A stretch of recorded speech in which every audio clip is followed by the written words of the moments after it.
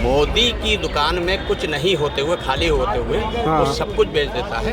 लेकिन जो विपक्षी हैं उनकी दुकान में पूरा माल भरा होता है, ठीक है, फिर भी वो कुछ बेच नहीं पाते हैं। तो उसी प्रकार से भाजपा की सरकार बन रही है। 400 पार या 400 के आसपास नहीं जाएगी, लेकिन पूर्ण बहुमत की खुद की अपना सरकार बनाएगी। एक तरफा चुनाव है, हवा जरूर बनाई गई है, ठीक है। 15-20 सीट कांग्रेस को और आ सकती हैं और कुछ नहीं है, ठीक है। 325 के आसपास का जो मामला है वो एनडीए गठबंधन को मिलेगा। इतनी सरकारों को बर्खास्त किया है। जिस समय बाबरी मस्जिद का विध्वंस हुआ था, ठीक है, भाजपा की चारों सरकारों को इन्होंने ऐसा बर्खास्त किया था कि जैसे उन सरकारों ने यही अपना ये काम किया है। क्या लग रहा है सर आपको, देश के अंदर अगली सरकार किसकी बनने जा रही है? अगली सरकार एनडीए की और भाजपा के साथ अपना बनने जा रही है। हाँ, जो 400 पार का अपना जो नारा था वहाँ तक अपना नहीं पहुँचेगी। जो मेरा अनुमान है 285 से 295 तक भाजपा अपना खुद। तो 400 पार का जो टारगेट था वो पूरा नहीं हो पा रहा है? नहीं, देखिए वो एक हवा बनाई गई थी, ठीक है, 400 पार की, और विपक्ष को मकड़ जाल में फंसने के लिए, और एक्चुअली में विपक्ष उनके मकड़ जाल में फंस गया। एक बार एक डिबेट हो रही थी, तो एक पत्रकार ने अपना ये कहा था कि मोदी की दुकान में कुछ नहीं होते हुए, खाली होते हुए वो सब कुछ बेच देता है। लेकिन जो विपक्षी हैं उनकी दुकान में पूरा माल भरा होता है, ठीक है, फिर भी वो कुछ बेच नहीं पाते हैं। तो उसी प्रकार से भाजपा की सरकार बन रही है। 400 पार या 400 के आसपास नहीं जाएगी, लेकिन पूर्ण बहुमत की खुद की अपना सरकार बनाएगी। उत्तर प्रदेश से कितनी सीट आपको लग रही है भारतीय जनता पार्टी की? उत्तर प्रदेश से 65 से 70 के आसपास सीट आएंगी, और 15। अगर भारतीय जनता पार्टी उत्तर प्रदेश में 50 से नीचे रह जाती है तो फिर तो आपके हिसाब से सीटें कम हो जाएंगी?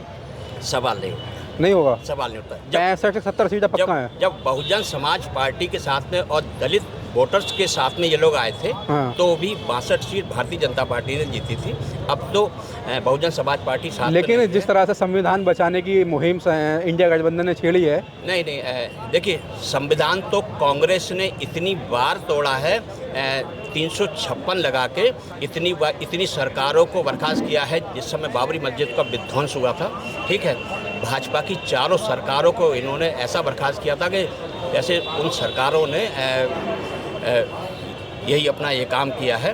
तो कम से कम 60 से 65 बार कांग्रेस ने संविधान का मखौल उड़ाया है, और कांग्रेस आज संविधान। लेकिन भारतीय जनता पार्टी के बहुत सारे प्रत्याशियों ने, जिसमें अयोध्या के प्रत्याशी लल्लू सिंह जी ने भी कहा था कि देश के अंदर संविधान बदलने की आवश्यकता है, क्योंकि संविधान अब पुराना हो चुका है। नहीं, संविधान बदलने का नहीं, उसके कुछ जो प्रारूप हैं, अगर किसी संविधान में कोई इतने समय होते हुए 70-75 साल हो रहे हैं, अगर कुछ परिवर्तन की बात है और जो समाज के हित में है, हमारे देश के हित में है, तो उसको करना चाहिए।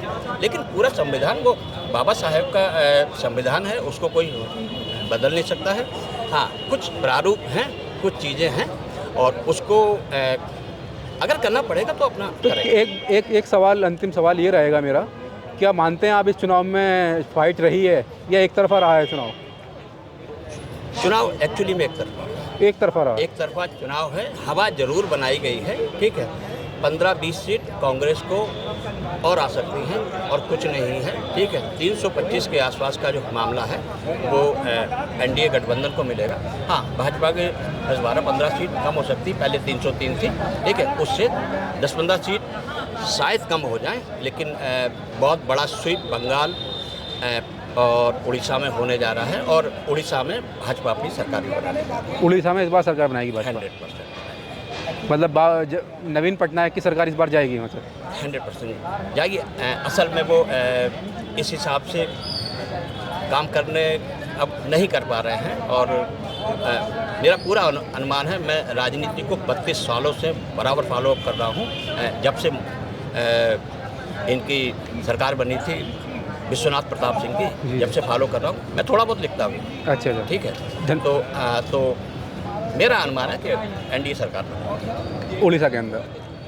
हाँ, उड़ीसा में भाजपा की सरकार बनेगी, और पूरे भारत के अंदर एनडीए की अपना सरकार बनने जा रही है। और जो बहुत से लोग दिन में सपने देख रहे हैं, ठीक है, सब कौमा में पहुंच जाएंगे और 5 साल तक कोई नहीं दिखाई। कोई नहीं। धन्यवाद। ठीक।